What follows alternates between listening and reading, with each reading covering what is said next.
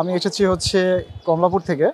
আর কমলাপুর থেকে আসলাম আর হচ্ছে টিকিট পেয়েছি আলহামদুলিল্লাহ। আমরা আসলে ৩ জন এসেছি, টিকিট পেয়েছি ২টা।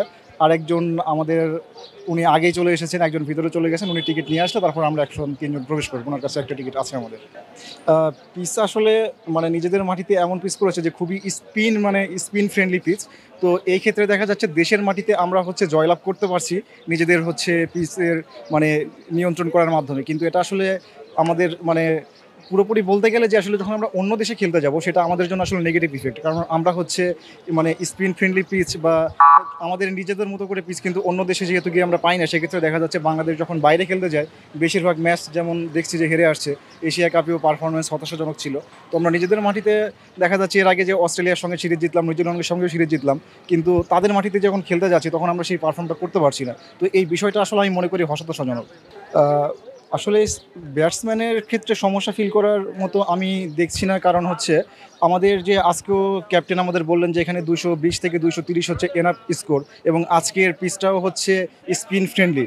তো সেই ক্ষেত্রে আমি মনে করি যে বাংলাদেশ প্রথমে ব্যাটিং করে যদি এই ২৩০ বা ২৪০-এর মতো স্কোর করতে পারে, আমাদের হচ্ছে স্পিন অ্যাটাক আজকে হচ্ছে তাসকিনের পরিবর্তে নাসুম আহমেদকে নেওয়া হয়েছে। তো আমি মনে করি যে বাংলাদেশ এই মানে স্কোর বোর্ডে যদি ভালো রান করতে পারে তাহলে স্পিন অ্যাটাক দিয়েও হচ্ছে এই রানটা আমি মনে করি যে ভালোভাবে ডিফেন্ড করতে পারবে। ব্যাটসম্যানের যে ব্যাটিং বিপর্যয় সেটা পিচের ওপরে কিছুটা দায় বর্তায়, কিন্তু এই ম্যাচটাতে আমি দেখেছি যে তাদের যে শট সিলেকশন, দেখা যাচ্ছে যে উইকেটে এসে সেট হওয়ার আগেই তারা ম্যাক্সিমামই আমি দেখেছি যে বাজে শট খেলে আউট গিয়েছে। তো তাদের এই টেন্ডেন্সিটা আমি মনে করি চেঞ্জ করা উচিত। যেহেতু ওডিআই ম্যাচ, তাদেরকে উইকেটে সেট হয়ে তারপরে আমি মনে করি যে সেইভাবে অ্যাটাকিং অ্যাপ্রোচে যাওয়া উচিত শুরু থেকেই না গিয়ে। তো আমি মনে করি যে তাদের খেলার ধরনটাতেও হচ্ছে একটু চেঞ্জ আনা জরুরি। পঞ্চপাণ্ডবকে অবশ্যই মিস করছি।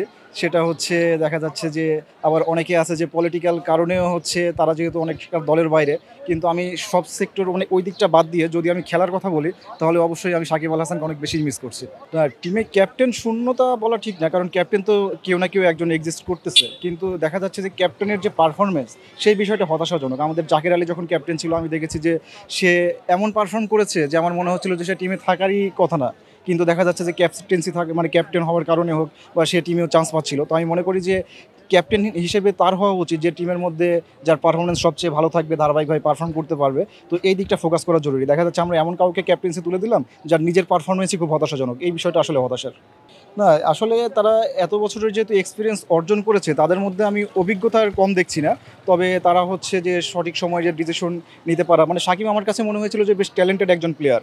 সেই তুলনায় আমাকে হচ্ছে দেখা যাচ্ছে যে মিরাজ হচ্ছে ভালো পারফর্ম করে থাকেন, কিন্তু দেখা যাচ্ছে যে তার মধ্যে আমি মনে করি যে আরেকটু অ্যাটাকিং অ্যাপ্রোচ যেটা আমরা সাকিবের মধ্যে দেখে থাকি, ক্যাপ্টেন হিসেবে তার এই দিকগুলোও আমি মনে করি যে আরেকটু হচ্ছে মানে ফোকাস করা জরুরি আর কি, ভালো খেলার পাশাপাশিও।